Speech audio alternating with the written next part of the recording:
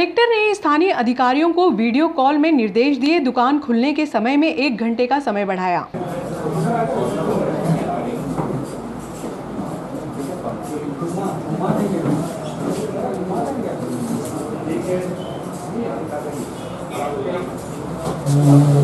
Unlock के 7 दिन पूर्ण होने के बाद सोमवार को कलेक्टर ने वीडियो कॉल के माध्यम से स्थानीय अधिकारियों की क्राइसिस मैनेजमेंट की बैठक ली। बैठक में 44 प्लस के व्यक्तियों को टीकाकरण में प्राथमिकता, दुकान खोलने का समय 1 घंटा बढ़ाने व बारिश को दृष्टिगत रखते हुए नालों की सफाई करना सुनिश्चित किया गया। शहर में अनलॉक होने के 7 दिन पूर्ण होने के बाद कलेक्टर आशीष सिंह ने सोमवार को वीडियो कॉल के माध्यम से स्थानीय अधिकारियों की बैठक ली। एसडीएम आशुतोष गोस्वामी ने बताया कि वीडियो कॉल के माध्यम से दुकानें खुलने के समय में 1 घंटे की बढ़ोतरी कर दी गई है, जिससे किराना दुकान, कपड़ा, बर्तन, ज्वेलरी, कटलरी, आटा चक्की, सलून, इलेक्ट्रिक्स, इलेक्ट्रॉनिक्स, मोबाइल दुकानें, रेस्टोरेंट्स आदि शामिल होंगे, जो लेफ्ट राइट के नियम के तहत प्रातः 6 से शाम 7 बजे तक खुले रहेंगे। 44 प्लस के व्यक्तियों को टीकाकरण के लिए प्रोत्साहित करने के लिए जागरूकता लाने के निर्देश भी दिए। वहीं ग्रामीणों को टीकाकरण के लिए प्रोत्साहित करने के लिए टीका लगाओ इनाम पाओ की योजना भी लागू की है। शहर में टीकाकरण बढ़ाने के साथ 2 केंद्र और बढ़ाए जाएंगे। बैठक में CSP Manoj Ratnakar, BMO doctor Kamal Solanki, CDPO Mukesh Verma आदि शामिल हुए। श्री मोहन यादव जी की उपस्थिति में आज एक वीसी के माध्यम से हम सभी तहसील के लोग जुड़े थे। इसमें मैं था, सीएसपी साहब और हमारे यहाँ के जितने जनप्रतिनिधि हैं, जो ब्लॉक वाइज हमारी क्राइसिस कमेटी है वो बैठी थी और संवाद हुआ था हमारा। जो निर्देश दिए गए थे कुछ इस प्रकार के हैं कि हमको अपने ग्रामीण क्षेत्र में जो 44 प्लस एज के ग्रुप है, ये लोग हैं, वो उनको अधिक से अधिक संख्या में वैक्सीनेट कराना है और सुरक्षा उनकी सुनिश्चित कराना है। क्योंकि यदि कोई भी ऐसे संभावित तीसरी वेव आती है, तो जैसा हमने हमारा एक्सपीरियंस रहा, सेकेंड वेव में जिनकी ऑलरेडी वैक्सीनेशन हो गए थे वो इतना खराब तरीके से प्रभावित नहीं हो पाए थे और उसका फ़ायदा कहीं ना कहीं वैक्सीनेशन का हमको मिला।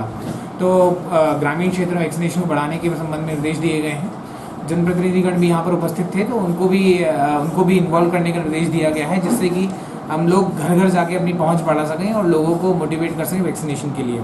इसके अलावा ग्राम पंचायत में भी जो एक घटते क्रम में हमको एक लिस्ट प्राप्त हुई है, जिसमें जितना क्या वैक्सीनेशन हुआ है उसमें हमको जोन वाइज स्टडी करना है और वहाँ पे ज़्यादा फोकस रखना है। इसके अलावा जो आगामी जो वर्षा ऋतु आने वाली है उसमें भी हमारी तैयारी रहनी चाहिए। उस संबंध में विशेष रूप से साफ़ सफाई के लिए निर्देशित किया गया है। तो पिछले 15-20 दिन से हम लोग भी अपने नगर पालिका नादा के माध्यम से और नगर परिषद मिल के माध्यम से साफ़ सफाई करा रहे हैं। जितने भी हमारे नाले हैं बड़े बड़े, उनकी भी सफाई की जा रही है। तो मुझे पूरी उम्मीद है कि इसको भी हम लोग अच्छे से कर लेंगे। इसके अलावा जो कॉपी संग्रहण परीक्षा आगामी समय जो होने वाली है, तो उसके लिए कलेक्शन सेंटर्स बनाने के लिए निर्देशित किया गया था। प्रभारी मंत्री जी क्योंकि उच्च शिक्षा मंत्री भी हैं, तो कहीं ना कहीं जो कॉलेजेस की परीक्षा होती है तो अपने क्षेत्र में जितने भी हायर सेकेंडरी स्कूल्स हैं, मिडिल स्कूल हैं या अच्छी जो ग्राम पंचायतें हैं, वहाँ पे हम 5, 6, 7, 8, 10 ग्राम पंचायतों का एक क्लस्टर बनाया। वहाँ पे जितने भी कॉलेज के स्टूडेंट्स हैं उनकी कॉपियाँ वहाँ पे इकट्ठी हों, फिर इकट्ठी वहाँ से जिले में पहुँचाई जाए। इस संबंध में एक व्यवस्था करने के लिए कहा गया है। इसके अलावा कुछ भी ऐसे इनोवेटिव आइडियाज़ यदि आते हैं तो उनको किस प्रकार हम लोग यूज़ कर सकते हैं लोगों को वैक्सीनेशन के लिए प्रेरित करने के लिए, यह बोला गया। और अंतिम बात जो आती है अनलॉक से संबंधित, तो अभी जो स्थिति है, जिस तरह से लेफ्ट और राइट का फॉर्मूला चल रहा है मार्केट खोलने का, इसी को जारी करने के लिए कहा गया है। 15 जून को इसका पुनः रिव्यू होगा, उसके पश्चात ही कोई नई ढिलाई होगी। तब तक जो अभी की गाइडलाइंस है वो चालू रहेगी।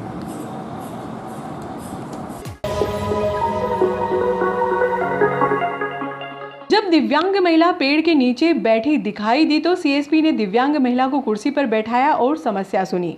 क्या करता है भाई? काम धंधा था, अच्छा ही था काम धंधा में। क्या करते? क्या काम धंधा करते? भट्टे का काम। हाँ, ये तो भट्टे पे से एक धगा देखना पड़ेगा। एक दिन को ने वो सामने लगते भैया सोमवार को सीएसपी कार्यालय परिसर में न्याय के लिए एक दिव्यांग महिला पेड़ के नीचे बैठी हुई मिली। इसी दौरान सीएसपी मनोज रत्नाकर ने उसे अपने कक्ष में घुसने से पहले दिव्यांग महिला के पास पहुंचे और समस्या के बारे में पूछा। महिला ने सीएसपी को बताया कि उसका लड़का 1 लाख रुपए लेकर मकान किसी व्यक्ति के सुपुर्द करके अपने ससुराल में रहने चला गया। इसके बाद से दिव्यांग महिला को आशियाने के लिए परेशान होना पड़ रहा है। सीएसपी ने महिला की समस्या को सुना और टीआई हेमंत सिंह जादौन को जाँच के निर्देश दिए। इसको बैठा लो, पकड़ के बैठा लो, बैठ जाओ, इसको पकड़ के बैठा लो, जो ना बैठा लो, उसे पकड़ लो, बैठ जाओ, आराम से उठा लो, पकड़ लो, आराम से उठा लो, बैठा लो, ले जाओ कुर्सी से, तो उनके पंखे के नीचे बैठा लो, ले जाओ अंदर, पकड़ लो, कुर्सी पकड़ लो, पीछे होकर बैठो, और कुछ नहीं। पीछे हो जाओ, कुर्सी पकड़ो।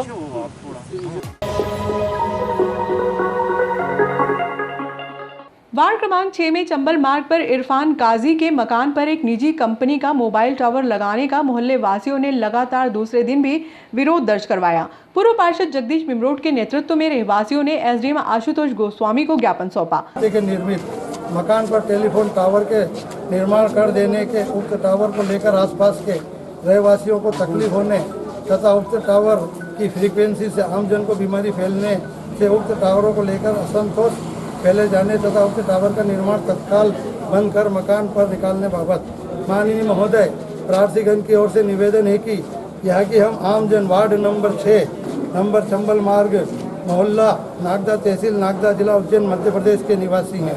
हमारे मोहल्ले में रहने वाला इरफान काजी पिता अमीनुद्दीन काजी जाति मुसलमान निवासी चंबल मार्ग तहसील नागदा जिला उज्जैन मध्य प्रदेश 50 साल पुराना जर्जर शिकस्त हालत का बिना अनुमति वाले भवन पर एयरटेल के टावर का निर्माण कर रहा है तथा उक्त व्यक्ति के मकान का स्ट्रक्चर भी कमजोर है तथा उक्त मकान पर चारों टावरों का निर्माण करने पर भविष्य में आंधी तूफान चलने या अन्य प्राकृतिक आपदा भूकंप इत्यादि से टावर के गिरने की प्रबल संभावना है तथा उक्त टावर रहवासी क्षेत्र से भी निकलने से आमजनों में गंभीर बीमारी फैलने की भी संभावना है।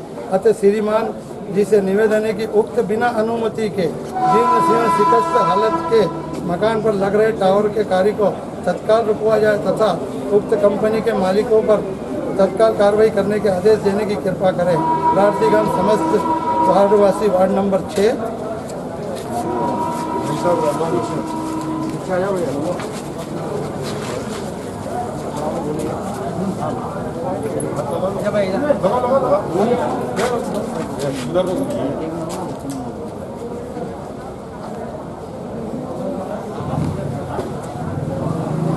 ज्ञापन में बताया कि पुराने जीर्ण शीर्ण मकान में एयरटेल कंपनी के मोबाइल का टावर लगाया जा रहा है। मकान मालिक द्वारा रात्रि के समय टावर निर्माण का कार्य किया जाता है, जिससे क्षेत्रवासियों में आक्रोश व्याप्त है।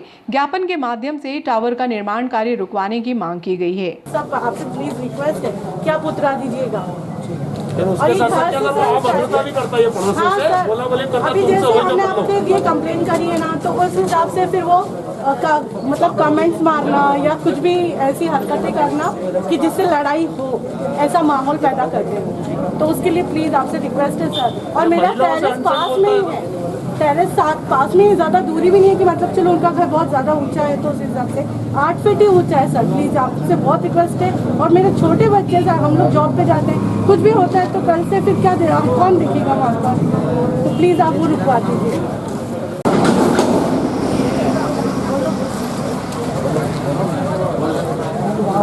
टावर से परेशानी हमको कभी हमारे छत पे भी गिर सकता है, तो हमारा निवेदन है कि इस काम को रोका है। उनको हम लोग गए थे समझाने, हमने बोला भैया ये टावर मत लगा, यहाँ के बच्चों को भी परेशानी है, मोहल्ले में भी परेशानी है और कल से तेरी छत उस लायक है नहीं कि उसका वजन झेल ले। उसका वजन उसकी छत झेल नहीं सकती। कल आंधी तूफान इतना चल रहा है अभी, उसके जरिए से छत अगर गिरेगी तो हमारा एक घर छोड़ के दूसरी छत हमारी है। और हमारे यहाँ पे बुजुर्ग इंसान घूमते फिरते हैं और वो भी बैंडे हो रहे, उनका वायरस कितना फैलेगा, उनको भी परेशान है। सारे मोहल्ले की जनता, इनके बच्चे सब परेशान। पहले तो कोरोना से जूझ रहे, अब काय से जूझेंगे। अगर कोई इंसान बीमार होगा तो कहाँ जाएंगे हम लोग? ये गरीब लोग हैं, कहाँ से क्या करेंगे? काम बंद करने के साथ सामान में चोरी चुपके से टावर का काम चालू करता है। अभी कोरोना इतना चल रहा था, पर उसके यहाँ रात को 2-2 ढाई बजे काम चल रहा था। वो रात में काम करता है और टावर खड़े कर दिए। वो टावर हटना चाहिए, बस वो टावर हटना चाहिए। हमको एक ही प्रॉब्लम, टावर हटे। बोलो। और हमने बोला हमारा घर पुलिस को छोड़ दिया उन्होंने, मेरे घर पुलिस आ रही है, हमारा बोलने का टावर होना ही। और लाला लोगों की धमकी देते हैं कि वो आ जाएगा, वो आ जाएगा। किसी के बंदी कट पे रहेंगे, हमारे मकान बने हुए, हम कहाँ जाएंगे? पीढ़ी दर पीढ़ी हमारी गुजर गई। और हमारा घर है गार्डर पर्सी का, कभी वो टावर गिरे तो गार्डर पर्सी का झेलेगी? उसको नहीं झेल सकती, उससे हमको तकलीफ है आज भी कल भी, और हमेशा उसका प्रॉब्लम है। वो सब्जी विक्रेता संघ नागदा श्रीमान अनुविभागीय अधिकारी अधिकारी महोदय, तहसील कार्यालय नागदा, जिला उज्जैन, मध्य प्रदेश। विषय: खेरची सब्जी विक्रेताओं को पूर्व स्थान पर सब्जी विक्रय करने की अनुमति प्रदान करने बाबत। महोदय, उपरोक्त विषय में निवेदन है कि समस्त खेरची सब्जी विक्रेता व्यापारी जो कृष्णा जिनिंग फैक्ट्री परिसर में अपना व्यापार करते थे, कोरोना महामारी के संक्रमण के कारण एवं शासन के निर्देशानुसार लॉकडाउन का पालन करते हुए पिछले 50 दिनों से अपना व्यवसाय बंद करके प्रशासन का सहयोग कर रहे हैं। जब प्रशासन द्वारा सभी व्यापारी सराफा, किराना, रेस्टोरेंट, हेयर सैलून, जूते वाले, हार्डवेयर एवं आदि सभी व्यापारियों को छूट प्रदान की गई है, इसी तरह सब्जी व्यापारियों को भी अपने पूर्व स्थान पर बैठकर व्यवसाय करने की अनुमति प्रदान करें। पूर्व में भी हमने प्रशासन की गाइडलाइन का पालन किया है और अभी भी प्रशासन की गाइडलाइन का हम पालन करेंगे।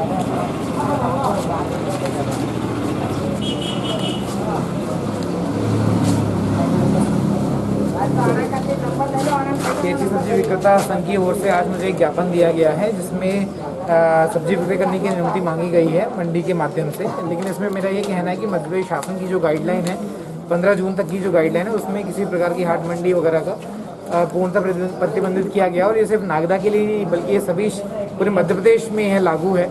जैसे ही अब नई गाइडलाइन आती है, अब जैसे केसेस कम हो रहे तो मुझे उम्मीद है आने वाले टाइम में यदि रिलैक्सेशन मिलता है तो हम इसको नागदा में भी लागू करेंगे। यह जो व्यवस्था है सिर्फ नागदा में नहीं है, चलायमान स्थिति में सब्जी फल का विक्रय करना है वही यहाँ पे लागू है। अब कोई भी नया शासन का निर्देश आता है तो हम उसका पालन कराएंगे। एसडीएम सर को ये आवेदन पत्र दिया है, एप्लीकेशन फॉर्मेट में बनाकर दिया है कि जो टावर लगा हुआ है उससे हमें जो दिक्कत है वो दिक्कत प्लीज़ आप वो टावर हटाएं, क्योंकि 6 महीने पहले भी हमने ये प्रोसीजर किया था तो उसने वो सामान वहीं रखा था, टावर हटाया नहीं गया था पूरी तरीके से। तो उसने लॉकडाउन के ज़रिए में अपना धीरे धीरे ये काम वापस से रात में बनाया था।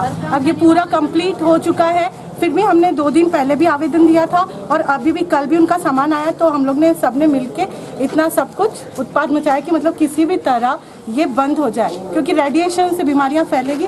तो बस यही रिक्वेस्ट है एसडीएम सर से कि ये जिस तरह भी कैसे भी ये टावर हटा दे हमारे वहाँ से। Thank you. एसडीएम साहब को एक ज्ञापन प्रस्तुत किया गया जिसमें मांग की गई कि अन्य व्यापारियों की तरह किराना व्यापारी, शराब व्यापारी और रेस्टोरेंट जो सभी नागदा में अपना व्यवसाय कर रहे हैं, शासन की गाइडलाइन आ चुकी है सुबह 8 से 6 बजे तक।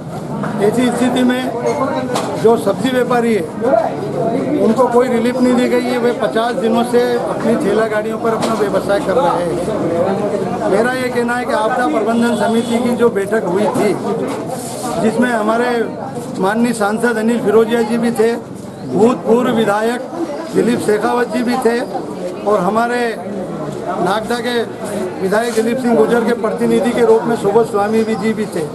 मगर सभी जनप्रतिनिधियों ने, वर्तमान हो या भूतपूर्व, सभी ने अपने व्यापारियों के लिए अपने अपने पक्ष रखे। मैं ये पूछना चाहता हूँ उन लोगों से कि सब्जी व्यापारी जो अत्यंत गरीब है, जो बिलोवर 4 लाइन्स के नीचे अपना व्यवसाय करते हैं, 100 रुपये 200 रुपये रोज कमा कर अपना पेट पालते हैं, पिछले 50 दिनों से 40 डिग्री तापमान के अंदर चलायमान अपना व्यवसाय 10-20 व्यापारी कर रहे हैं, 160 व्यापारी अपना व्यवसाय बंद करके बैठे हैं। हम चाहते हैं प्रशासन इन गरीबों की तरफ भी ध्यान दे, क्योंकि जिस तरह दुकानों का आवंटन नगर पालिका प्रशासन ने करा है वो 8 बाय 8 पर है, उसमें पूरी तरह सोशल डिस्टेंस का पालन भी होता है और ना ही कोई भीड़ होती है। मैं प्रशासन से निवेदन करता हूँ कि आने वाली अभी जो 14 तारीख की गाइडलाइन में, उसमें कृष्णा जिनिंग फैक्ट्री परिसर में संपूर्ण छोटे छोटे जो व्यापारी अपना व्यवसाय करके अपना भरण पोषण करते हैं उन्हें संपूर्ण अनुमति दे ताकि वे अपना व्यवसाय करें और अपने परिवार का भरण पोषण कर सके। हमको माननीय एसडीएम साहब ने आश्वासन दिया है कि अभी 14 तारीख की जो नई गाइडलाइन आएगी मध्य प्रदेश शासन की, उसमें निश्चित हमें पूरी रिलीफ मिलेगी और आपका सब्जी बाजार जो बंद है पूरा वो खुलेगा। इसी के साथ के रहवासियों के द्वारा जो वहाँ पर एक व्यक्ति के मकान पर टावर लगाया जा रहा है, इस संबंध में अपना विरोध प्रदर्शन किया गया है और यहाँ आकर मुझे ज्ञापन दिया गया। उनके द्वारा ये विरोध किया गया है कि वहाँ पर जो टावर लगाया जा रहा है वो अवैधानिक रूप से लगाया जा रहा है और उनका कंस्ट्रक्शन रोका जाए। इस संबंध में हम लोग संबंधित पार्टी को बुला के उसके डॉक्यूमेंट वगैरह चेक करेंगे और जब लोगों की इतनी सारी शिकायतें हैं तो उसका भी हम लोग देखेंगे और उस हिसाब से नियमानुसार हम लोग कार्रवाई करेंगे।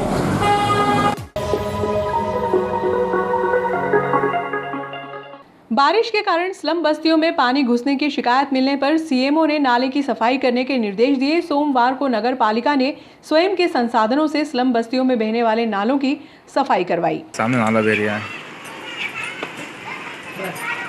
पूरा गंदा पानी, बदबूदार पानी, रायसन युक्त पानी है।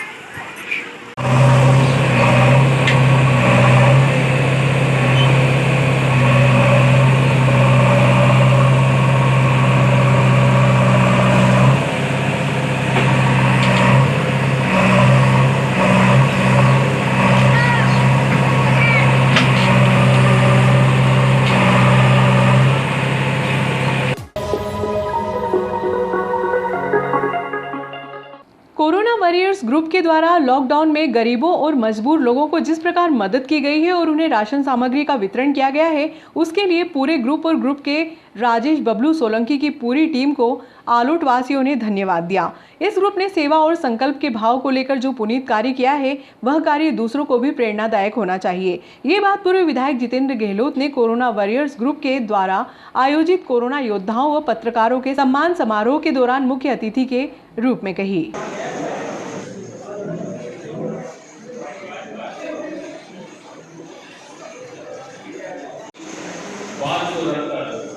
जिले में प्रदेश में एक सहयोग प्रदान करने वाले चौथे स्थान का आज उनका जाना पत्रकारों के लिए बड़ा खेद है। मैं उनके श्री चरणों में उनको श्रद्धा सुमन और श्रद्धांजलि अर्पित करता हूँ। आज ये कार्यक्रम जो हुआ है